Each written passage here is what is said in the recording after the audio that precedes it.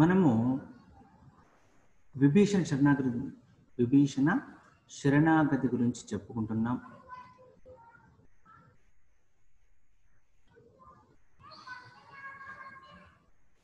గోనబుద్ధారెడ్డి చే రచింపబడినటువంటి విభీషణ శరణాగతిని చెప్పుకుంటున్నాం.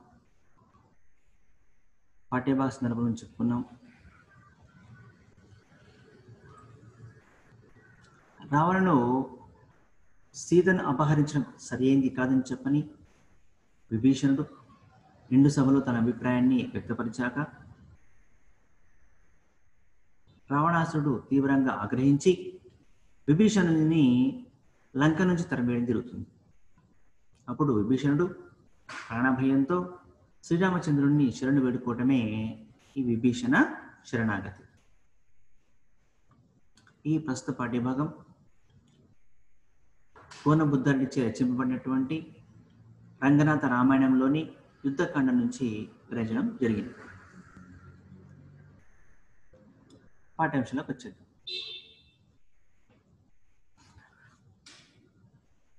ఇది ద్విపద ఛందస్సులో వచ్చినటువంటిది, దేశీయ ఛందస్సు. పాఠ్య గేయే చ మధురమై అన్నట్టుగా పాఠ్యంలా గేయంలా చదువుకోవచ్చు. అంత విభీషణుండు ఆకాశ వీధిని సంతసంబున మంత్రి జనులతో నెగసి వచ్చుట గనుగుని వనచరులెల్లా అచ్చెరువడి చూచిరటు తలలెత్తి అంత విభీషణుడాకాశ వీధి సంతసంబున మంత్రి జనులతో నెగసి వచ్చుట గనుగొని వనచరులెల్లా అచ్చెరువడి చూచిరటు తలలెత్తి. విభీషణుడు ఎప్పుడైతే ఆకాశ మార్గం గుండా లంకానగరం నుంచి బయలుదేరి వస్తాడు, అంటే రావణాసురుడు విభీషణుని లంకా నగరం నుంచి బహిష్కరణ చేశాడు. లంకా నగరం బహిష్కరణ చేసిన తర్వాత విభీషణుడు అటు నుంచి బయలుదేరి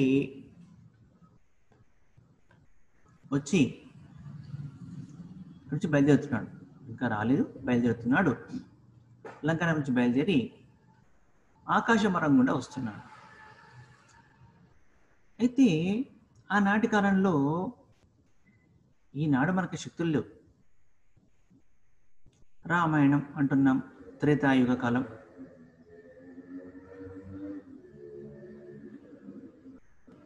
త్రేతాయుగ కాలంలో అప్పుడు దానవులంతా కూడా, అంటే మనుషు రూపంలో ఉన్నటువంటి వాళ్ళంతా కూడా, రాక్షసులు వీళ్ళంతా కూడా తమ శక్తితో, వాళ్ళకి శక్తులు ఉండేవి. వాళ్ళ అలా సులభంగానే ఏ ప్రాంతానికి వెళ్ళా వెళ్ళేటువంటి వాళ్ళు, అటువంటి శక్తి పరులు వాళ్ళు. ఇప్పుడు మనము చూసినట్టయితే ఈరోజు మనకు విమానాల్లో మనం వెళ్తున్నాం, విమానాన్ని కనిపెట్టిన రైట్ షుగర్లు అని చెప్పంటున్నారు. కానీ అప్పటికే పుష్ప విమానాలు ఉన్నాయి, శక్తివంతంగా అవి గాల్లో అలా ఎగురుకుంటూ వెళ్తున్నాయి. ఈనాడు మన విమానాల కంటే తప్పనిసరిగా మనం పెట్రోల్ పోయేస్తేనే అవన్నీ పరిగెడుతున్నాయి. కానీ ఆనాటి విమానాలు ఏమీ పెట్రోల్ కాదు, చక్కగా హాయిగా అక్కడ కూర్చొని రైట్ అనగానే అవి అలా చక్కగా లేచి పోయేవి. తమకి ఎక్కడ కావాలంటే అక్కడ ఆపి నేలపై దిగేటువంటి వాళ్ళు. ఇవన్నీ మనకేమంటారంటే పుక్కిటి పురాణాలు చెప్పని అంటారు. పురాణాలు కావు. ఆనాటి కాలంలో వాళ్ళకి అంత శక్తి ఉంది. ఆనాటి కాలంలో శక్తివంతులు తమ తపశక్తి చేత అత్యంత శక్తివంతులు కాబట్టి వాళ్ళు తమ శక్తి చేత వాళ్ళు ఒక ప్రాంతం నుంచి ఒక ప్రాంతానికి అలా వెళ్ళేవారు. సరే, అంతెందుకు, హనుమంతుడు సముద్రాన్ని దాటి లంకా నగరం చేరుకున్నాడు. ఎలా చేరుకున్నాడు? మరి మామూలుగా అయితే అలా వెళ్ళటానికి తనకి శక్తి లేదు, తన శక్తి అని తెలియదు. కానీ జాంబవంతుడు హనుమంతుడికి ఉన్నటువంటి శక్తిని జ్ఞాపకం చేసి, నీలో శక్తి ఉంది, నువ్వు వెళ్ళగలవు, వెళ్ళు అని చెప్పగానే అలా సముద్రాన్ని లంఘించి వెళ్ళగలుగుతాడు. ప్రతి ఒక్కరిలోనూ కూడా ఏదో ఒక శక్తి ఉంటుంది. సరే, ఈనాడు మనకు ఆ శక్తి లేదు, మనకున్న శక్తి ఒకటే. ఆయన చక్కగా తిందామా ఉందామా, పక్క వాళ్ళు ఏం చేస్తున్నారు, వీళ్ళు ఏం చేస్తున్నారు చూసుకోవటము. వాళ్ళు మాకంటే బాగా ఎక్కువ ఉన్నారు, వాళ్ళు బాగా చదువుకుంటున్నారు, మాకు మార్కులు తక్కువ వచ్చినాయి, వాళ్ళకి మార్కులు ఎక్కువ వచ్చినాయి, ఇలాంటి ఆలోచనతోనే మనం ఉంటాం ఇప్పుడు ఈనాటి కాలంలో. కానీ ఆనాటి కాలంలో శక్తివంతులు ఉన్నారు. ఈ విభీషణుడు అంటున్నారు కదా, అంత విభీషణుడు ఆకాశ వీధిని. విభీషణుడు ఆకాశ మార్గంలో వస్తున్నాడు అంటే ఎలా వస్తున్నాడు? వారికి ఆ శక్తి ఉంది కాబట్టి, తమ శక్తి చేత ఆకాశ మార్గంలో అలా వస్తున్నాడు. అంత విభీషణుండు ఆకాశ వీధి సంతసంబున మంత్రి జనులతో నెగసి. సంతోషపడిపోతున్నాడు. ఎందుకు సంతోషపడిపోతున్నాడు? రావణాసురుడు తన్ను వెలగొట్టాడే, శ్రీరామచంద్రుడు నాకు అభయమిస్తాడు, శ్రీరామచంద్రుడు భగవత్ స్వరూపుడు, భగవంతుడు, దేవుడు అని చెప్పని అనుకున్నాడు. కాబట్టి అతను నరుడైనప్పటికీ అత్యంత శక్తిపరుడు శ్రీరాముడు, దైవాంశ సంభూతుడు అని చెప్పని తెలుసుకున్నాడు. కాబట్టి విభీషణుడు అలాంటి శ్రీరామచంద్రుని యొక్క దర్శనము నాకు జరగబోతుంది అనే సంతోషంతో వస్తున్నాడు. సంతసంబున మంత్రి జనులతో నెగసి, సంతోషంతో తన పరివారాన్ని, ఒకడు రాకుండా వస్తున్నాడు, తన పరివారంతో వస్తున్నాడు. ఎందుకు వస్తున్నాడు అంటే, ఇతను అనుసరించే వాళ్ళు ఉంటారు కాబట్టి అతను అనుసరించేటువంటి వాళ్ళందరినీ కలిసి తీసుకొని, అంటే విభీషణుని ఆదరించేటువంటి వారు, అతని పరివారం అందరిని తీసుకొని సంతసంబున మంత్రి జనులతో నెగసి వచ్చుట కనుగొని వనచరులెల్లా.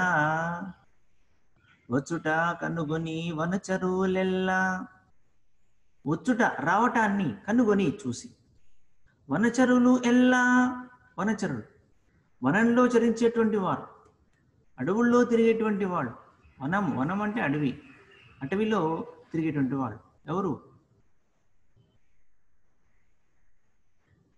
జంతువులు, పక్షులు.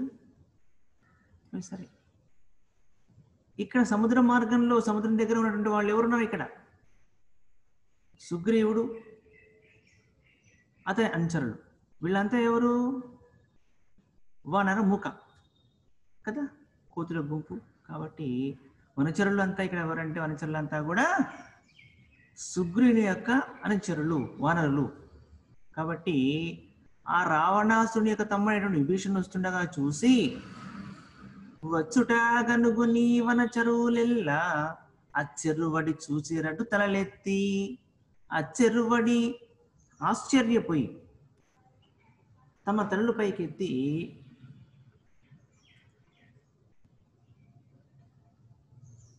చూశారు. ఎత్తిన రాముచే ఇంద్రారి ఇంకా ఎత్తడు తలలు పేడెత్తు తత్కులము. ఎత్తిన రాముచే ఇంద్రారి ఇంకా ఎత్తడు తలలు పేడెత్తు తత్కులము. ఎత్తిన రాముచే ఇంద్రారి ఇంకా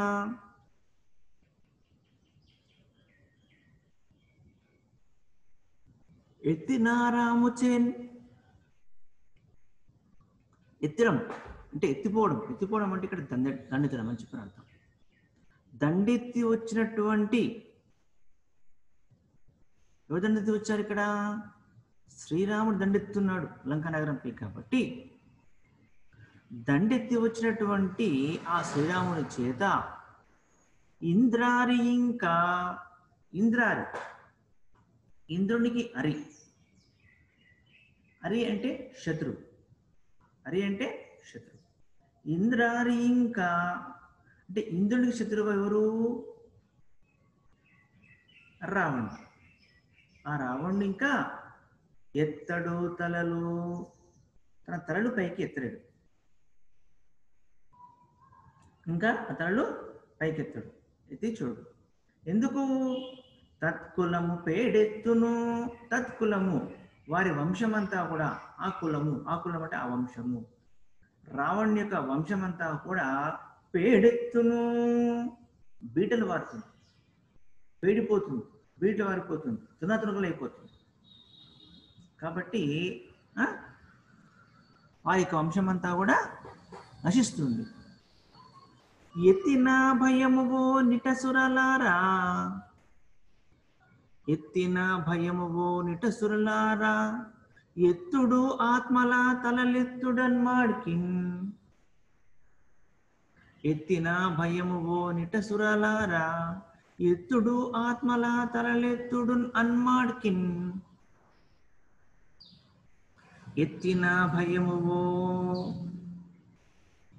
ఎత్తిన ప్లస్ భయం పోను అంటే ఎత్తడం అంటే ఇక్కడ తలలెత్తడం అని కాదు, ఇక్కడ అతిశయించినటువంటి భయము ఓన్. భయము అంటే భయం అనేటువంటి మీలో వచ్చింది కాబట్టి ఆ భయము పోయేటట్లుగా.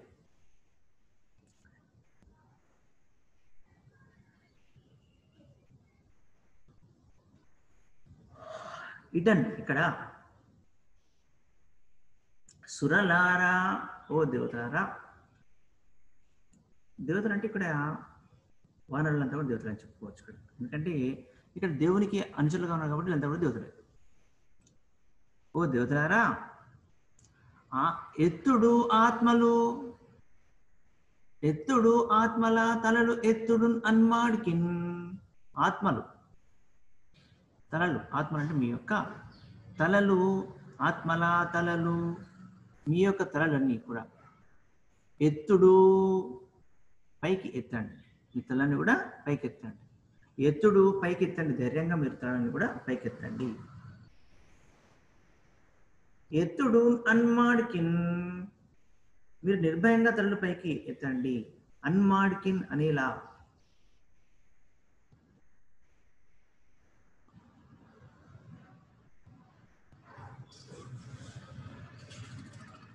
అప్పుడు సుగ్రీవుడు అగచర్రాదిపులన్ తప్పక వీక్షించి తగవారి కనియే.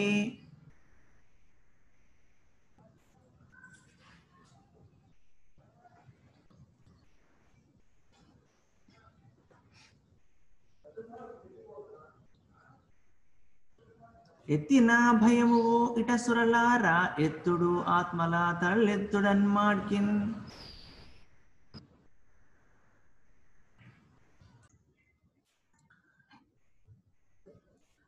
అప్పుడు సుగ్రీవుడు అగచర్రాదిపులన్ తప్పక వీక్షించి తగవారి కనియే.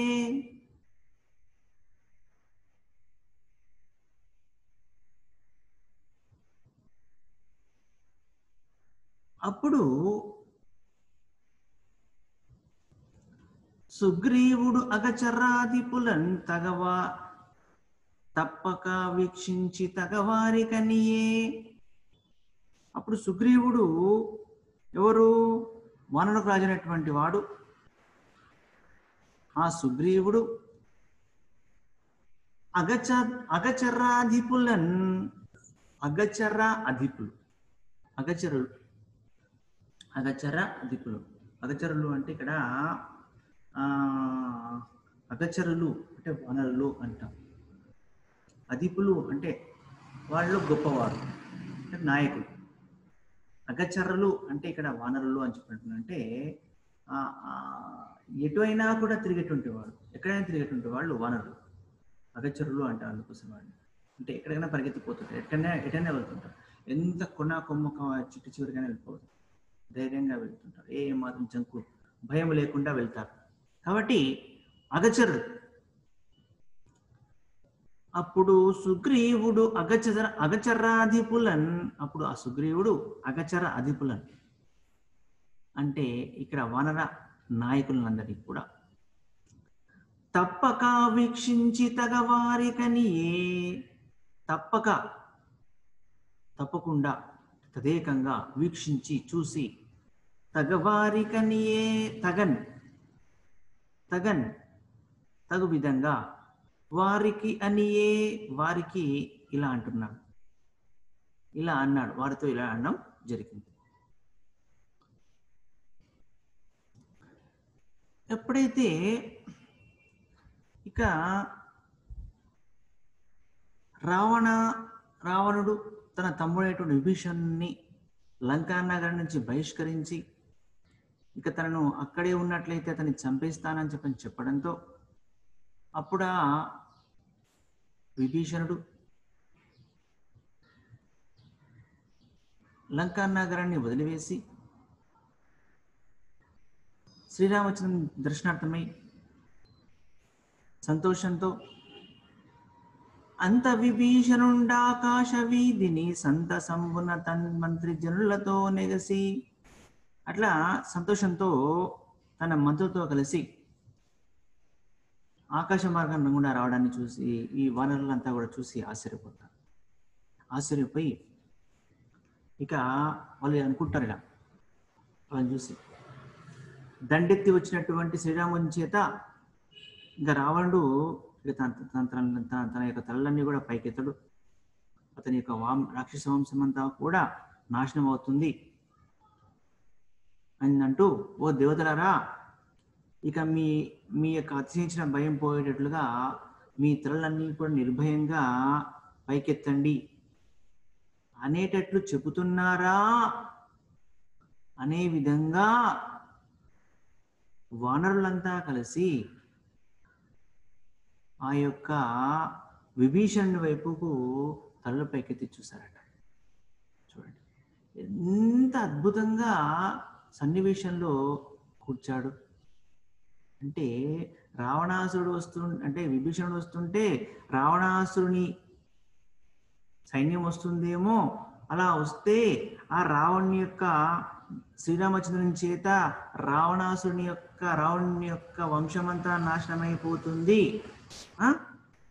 కాబట్టి దేవతలంతా మీరు ఎలాంటి భయం లేకుండా తలపైకి చూడండి అని చెప్పడం అనేటువంటిది కూడా ఎంతో అతిశయోక్తితో కూడుకున్నటువంటి చమత్కారవంతంగా కూడుకున్నటువంటి అంశమే.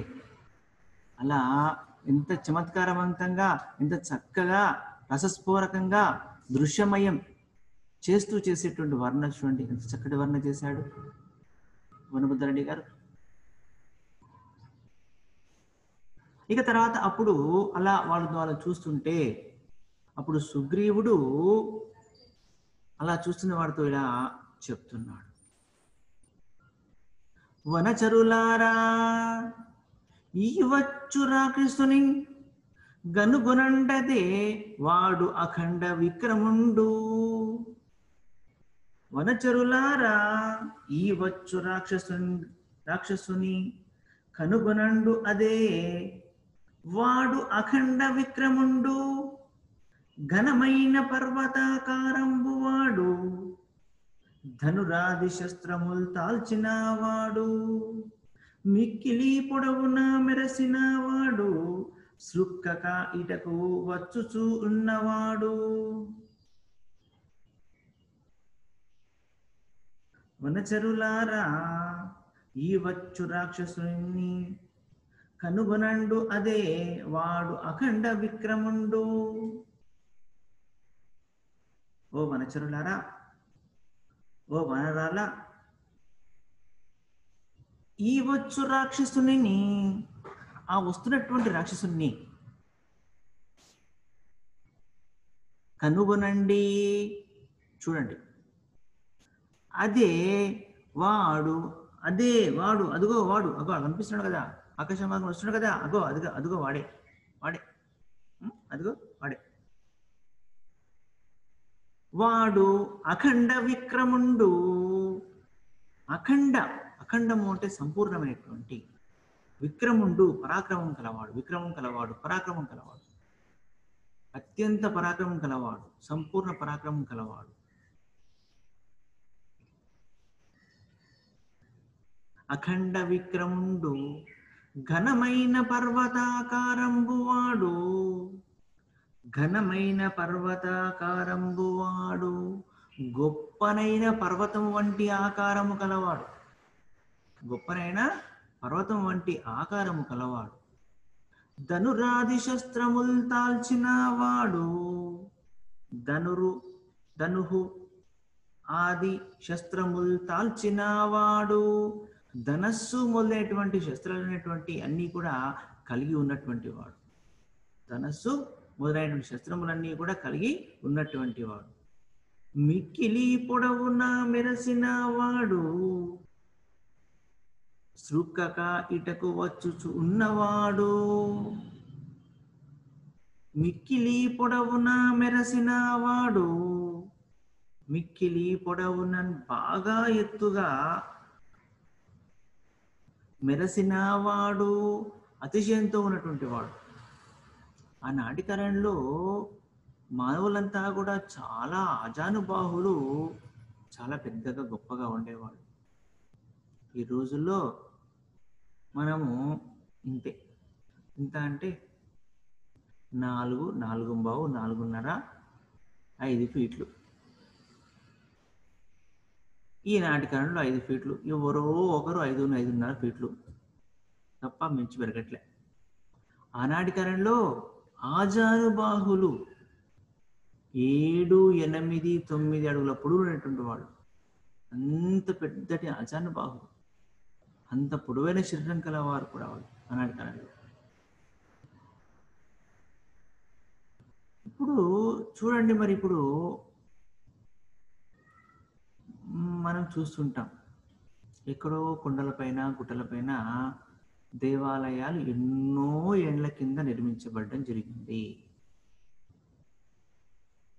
కదా, దేవాలయాలు నిర్మించబడ్డాయి. మరి ఆ దేవాలయాలకంతా కూడా ఎలా నిర్మించబడ్డాయి?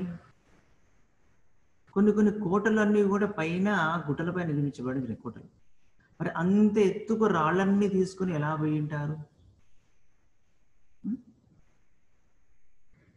ఈనాడు మనము ఓ చిన్న బిందె మోయేసరికల్లా అమ్మా అయ్యా అయ్యా కుయ్యా అనుకుంటూ కూర్చుంటాం. మనం మొయ్యలేం కదా. మీరైతే మోస్తారు, అంటే మీరంటే మీరు అందరు కాదు. పట్నం కోళ్ళన్నీ ఫారం కోళ్ళే, పట్నం కోళ్ళన్నీ ఫారం కోళ్ళే. శతగా ఒక పుల్ల తీసి అటువంటి శతగా పట్నం కోళ్ళన్నీ. కాకపోతే మన పల్లెటూరు అమ్మాయిలు మాత్రం కొంతవరకు మేలని చెప్పుకోవచ్చు. పోయి ఒకప్పుడు బాగా ఉండేది, ఇప్పుడు కూడా కొంత ఈ పల్లెటూరు అమ్మాయిల్లో కొంతమంది ఇప్పటికి కూడా కొంతమందికి అది అట్లా పూచిక పొల పక్క పెట్టుకుంటున్నారు. కొంతమంది ఉన్నారు, అట్లా కూడా అమ్మగారు ఉన్నారు. కొంతమంది ఏమో సరే మంచిగా హాయి చక్కగా పోయి ఇప్పుడు లాక్డౌన్ పుణ్యమా అని చెప్పని ఇంట్లో ఉన్నారు కదా అని వెంబడి ఎంట వేసుకొని రామ్మా రానాడు అని చెప్పని గుంజుకపోయి మంచిగా వంగ పెడుతున్నారు. పొలంలో వంగబెట్టి పతిసేను తీపియడం, కలుపులు తీపియటం, చేను గోపియటం, కలుపులు తీయటం, తూర్పు పట్టడం, ఆరబెట్టడం, అన్ని పనులు చేస్తున్నారు. చక్కగా చేస్తున్నారు, అన్నీ చేస్తున్నారు. కొంతమంది, అందరు కాదు, కొంతమంది పల్లెటూరులో కొంతమంది చక్కగా చేస్తున్నారు, పనులు చేస్తున్నారు. ఇక మిగిలిన సరే పనులు అంటే కూడా అంతగా రావు. పట్టణవాసం వాళ్ళకి అంత పనులు ఏం రావు. అంటే ఇప్పుడు శక్తిని ఎట్లా వస్తుందంటే పనులు చేస్తున్న శక్తి వస్తుంది. ఇప్పుడు ఏమంటున్నాం మనము, ఆనాటి కాలంలో పెద్ద అవి కట్టారని చెప్పంటున్నాం. ఎలా కట్టారంటే వాళ్ళంతా కూడా మోసుకుని పోయేవాళ్ళు, రాళ్ళన్నీ కూడా మోసేవాళ్ళు. శక్తి వాళ్ళలో ఉండేది. అప్పట్లో ఒక్కొక్కరు 200 కేజీలు 300 కేజీల ఆ బలమైన రాళ్ళు మోసేవాళ్ళు. అంత శక్తి వాళ్ళలో ఉండేది. ఎందుకంటే ఆజానుబాహులు కదా వాళ్ళు అప్పట్లో. కాలక్రమేణా మనకంతా మారుతున్నటువంటి పర్యావరణం తగ్గట్టుగా మనం తీసుకున్నటువంటి ఆహార పదార్థాలకు తగ్గట్టుగా మనం కూడా మారిపోతున్నాం. కాబట్టి మెల్లమెల్లగా మన శరీరం తగ్గుంటూ వచ్చేసింది. అశక్తం అయిపోతున్నాం రోజు. కాబట్టి శక్తి లేకుండా మనం పోయిపోతున్నాం అప్పట్లో. కానీ అప్పట్లో వాళ్ళు అత్యంత ఆజానుబాహులు. తక్కువకు తక్కువ అంటే అప్పట్లో 7 అడుగులు 8 అడుగులు తక్కువ 9, 10, 11, 12 అడుగులు ఉండొచ్చు మేబీ. అంటున్నారు కదా, ఘనమైన పర్వతాకారంబు వాడు, ఘనమైన పర్వతం వంటి ఆకారం కలవాడు అనగానే చెప్పండి, ఒకసారి ఊహించుకోండి. ఘనమైన పర్వతాకారం వంటి వాడు అంటే వాడు అనగానే ఎంచక్క 10 అడుగుల పొడవు ఉన్నటువంటి వాడే అని చెప్పవచ్చు, 10 అడుగులు అని చెప్పవచ్చు. పర్వతాకారం వంటి వాడు, పర్వతం వంటి ఆకారం కలవాడు అంటున్నాం అంటే అంత పెద్ద ఆకారం ఉన్నటువంటి వాడు అంటున్నాం. కాబట్టి ఘనమైన పర్వతాకారంబు వాడు, ధనురాది శస్త్రముల్ తాల్చిన వాడు, ధనస్సు మొదలైనటువంటి శస్త్రాలు బాణాలు తెచ్చినటువంటి వాడు, మిక్కిలి పొడవున మెరసిన వాడు అంటున్నాడు. చెప్పుకున్నాం కదా, మిక్కిలి పొడవున మెరసిన వాడు, మంచి పర్వతం వంటి ఆకారం అంటున్నాం. పొడవుగా ఉన్నాడని చెప్పంటున్నాం. కాబట్టి పొడవుగా ఉన్నాడు అంటున్నాం. కాబట్టి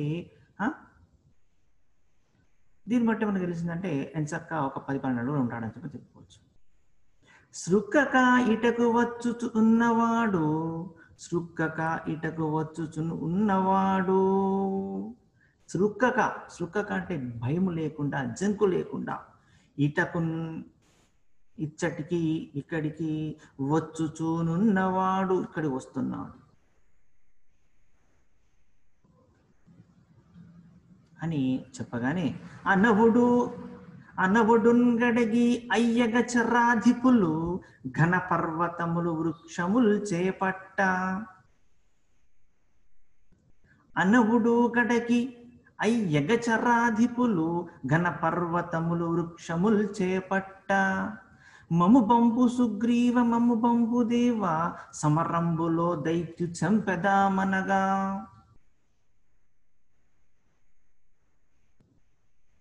అనవుడు గడగి అయ్యగ చరాధిపులు ఘన పర్వతములు వృక్షములు చేపట్ట. అనవుడు గడగి అయ్యగ చరాధిపులు, అనవుడు సుగ్రీవుడు ఆకాశ మార్గంలో చూసి ఆ యొక్క వస్తున్నటువంటి విభీషణను చూసి చెప్తున్నాడు.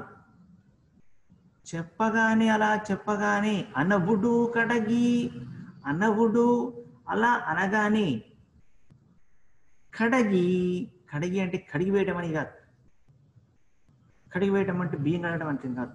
కడిగి వేయడం అంటే ఇక్కడ కడగడం అంటే ఇక్కడ ఏంటంటే సాహసంతో అని చెప్పవచ్చు, సాహసం అని చెప్పవచ్చు. అయ్యగచరాధిపులు ఆ ప్లస్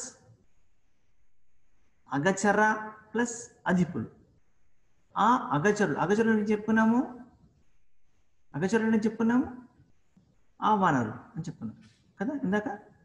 ఆ అగచరాధిపులు, ఆ అగచర ప్లస్ అధిపులు అంటే ఆ యొక్క వానరుల యొక్క నాయకులంతా కూడా వెంటనే ఏం చేశారు, ఘన పర్వతములు వృక్షములు చేపట్ట. వెంటనే అక్కడ వస్తున్నాడు రాక్షసుడు అనగానే ఏం చేశారంటే, వాడు వస్తున్నాడు విభీషణుడు, వాడు పెద్ద పర్వతం వంటి వాడు వస్తున్నాడు, శస్త్రదాక్షాన్ని దాచి వస్తున్నాడు అనగానే చెప్పగానే వెంటనే అక్కడ ఉన్నటువంటి వానర నాయకులు అంతా కలిసి వెంబడ దగ్గర ఉన్నటువంటి ఆ యొక్క ఏం చేశారు, ఘన పర్వతములు, పర్వతాలు లాంటి పెద్ద పెద్ద రాళ్ళు ఉన్నాయి. పర్వతాలు అంటే రాళ్ళు, పర్వతాలు ఉన్నాయి అంటే రాళ్ళు అనమాట, పెద్ద రాళ్ళు వెంబట అల్లం పట్టుకున్నారు. అట్లా ఎంబడి ఏం చేశారు, పక్కన కొంతమంది ఏం చేశారు, చెట్లు ఉండే పెద్ద పెద్ద చెట్లు పడుకున్నారు రెడీగా, పైకిలిచ్చి రెడీ పెడతామని సాంగ్ వేద్దామని చెప్పండి అని పట్టుకొని ఘన పర్వతములు వృక్షములు చేపట్టారు, తీసుకున్నారు, చేతులు పట్టుకొని ఏం చేస్తున్నారు, మము పంపు సుగ్రీవ మము పంపు దేవా, మము పంపు సుగ్రీవ మము పంపు దేవా సమరంబులో దైత్యు చంపెదామనగా. మము పంపు సుగ్రీవ మము పంపు దేవా, ఆ వానర నాయకులందరూ కలిసి ఏం చేస్తారంటే, వానరులంతా కలిసి ఆ దగ్గరలో ఉండేటువంటి ఆ రాళ్ళు, పర్వతాలు, పెద్ద పెద్ద రాళ్ళు పట్టుకున్నారు, కొంతమంది చెట్లు పట్టుకున్నారు. అలా పట్టుకొని వెంటనే ఓ సుగ్రీవ చెప్పు, మమ్ము పంపు సుగ్రీవ మమ్ము పంపు దేవ. ఓ సుగ్రీవ చెప్పు, ఇప్పుడే సమరంబులో దైత్యు చంపెదామనగా, ఈ యుద్ధంలో మేము ఆ దైత్యులు అంటే రాక్షసులను వచ్చేస్తున్నటువంటి వస్తున్నారు కదా ఆ రాక్షసులు మేము చంపుతాం, చెప్పు ఇప్పుడు ఆర్డర్ ఇప్పుడు మాకు ఉత్తర్వు ఇచ్చేసి చంపేస్తాం అయ్యి అని చెప్పని వెంట సిద్ధపడిపోతున్నారు. అంటే అప్పటికప్పుడు వానర సైన్యం అంతా కూడా సిద్ధపడిపోయింది అన్నమాట యుద్ధానికి. మము పంపు సుగ్రీవ మము పంపు దేవ, సమరంబులో దైత్యుని చంపెదము అనగా, యుద్ధంలో ఆ దైత్యుని చంపేస్తామని చెప్పని అనగా, అనగన్ విభీషణుడనే నగచరులారా, ఆ విభీషణుడనే దగచరులారా మీ వాడనిటును సంభమింపగవలదు. రావణు తమ్ముండ రాక్షసేశ్వరుండ భావింప నేను నిష్పాపమానసుండా. శరణనీయ రామ జనపాలుగాన అరుగుదించిన వాడ అటలంక నుండి. రావణుతో నేను రామభూపాలు దేవినిమ్మని పెక్కు తెరంగులానంటిని. అనవుడు నా మాట కదడు కోపించి తన సభలోపల తన్ని నన్నిట్టు. తన్ని ఎంతటన్ బోక తన వీటిలోన నున్న సంపుదునని ఓటిలా కాడే. నేను నో వెలువడి ఈ రామచంద్రును కానంగా వచ్చితి కాన చింతింప. కపటుండగాను నిష్కపట మానసుండ కపులారనాయడ కపటంబు లేదు.